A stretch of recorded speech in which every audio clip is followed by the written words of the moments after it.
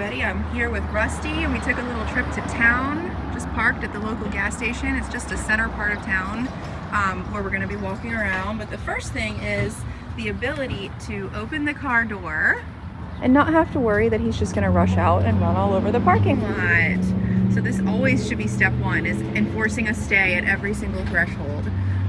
So the door opened, I said, good boy. If he would have rushed out, I would have said no, clicked the e-collar as a correction, and then tone recalled him back inside, re-close the door, reopen it to show him this is the behavior that works, okay? There's cars driving around. I never want my dog to just rush out of the car. Now to get him out, I can either release him or I can recall him. Let's try a recall. Come, tone, and he comes right here. Good, and he stays right there. I did correct him a couple times with the stem as he went past me, but he easily fixed it. By recalling to the stay, it actually gives me a second to have him still, and I can go ahead and shut the door even as cars are driving by. Good boy, stay.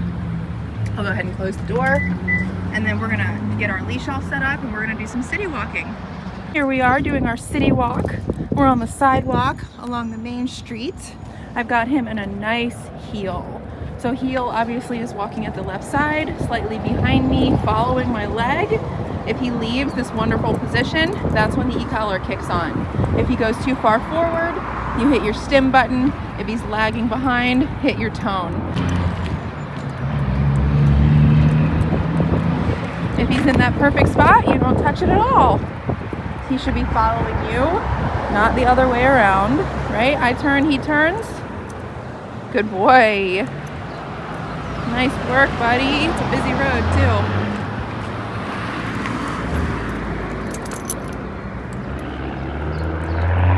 I am very happy with how he's doing in the city. Good boy.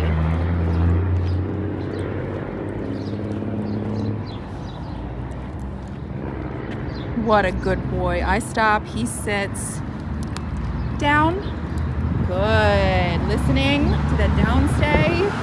Practicality of this is if I need to stop and talk to somebody, if I need to stop and answer my phone, if I need to stop and pick up poop, I can put him in the down and the stay. Good job.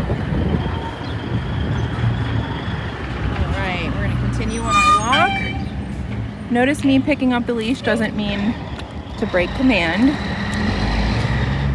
Get my leash all set up. Heel, tap the tone, and we're on our way. The first minute or two is when you're going to be correcting the most.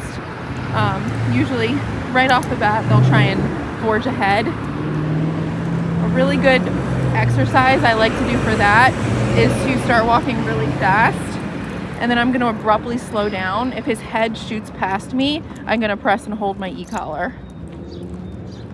Of course, I can't get him to make the mistake now. If you can't get him to make the mistake, you're in good shape. I'm gonna hit my tone here. It speeds him up a little bit. Good. If he ever starts to lag behind. What a good boy. We're gonna head up to the main entrance. All right, we've got Rusty in a downstay at the main entrance of Sheetz. It is busy, it's lunchtime. I'm just making sure he can stay in command and not be triggered by distractions like people coming and going and cars coming and going. If we can have our dogs down and stay despite distractions, we're in pretty good shape. So if we see any forward motion towards a person walking by, I would just say no and I would click the e-collar.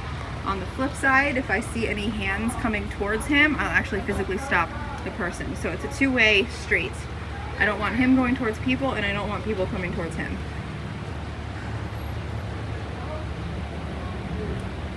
It's really, really, really important that he can be brought out into public and just watch. Just observe. Be passive instead of thinking he has to be involved in everything. And this will also be good even just at home in the family room. The ability to sit back and watch and not be toppling all over everybody. Good. And he's also learning not everybody is here for him. So if we can have a dog do this, we can really take them anywhere.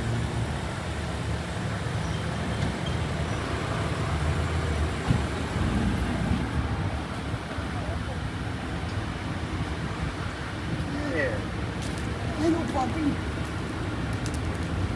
right, so if you guys watched, forward motion towards the person, I clicked and held as I dialed up until he stopped and came back down, and then I let off the remote.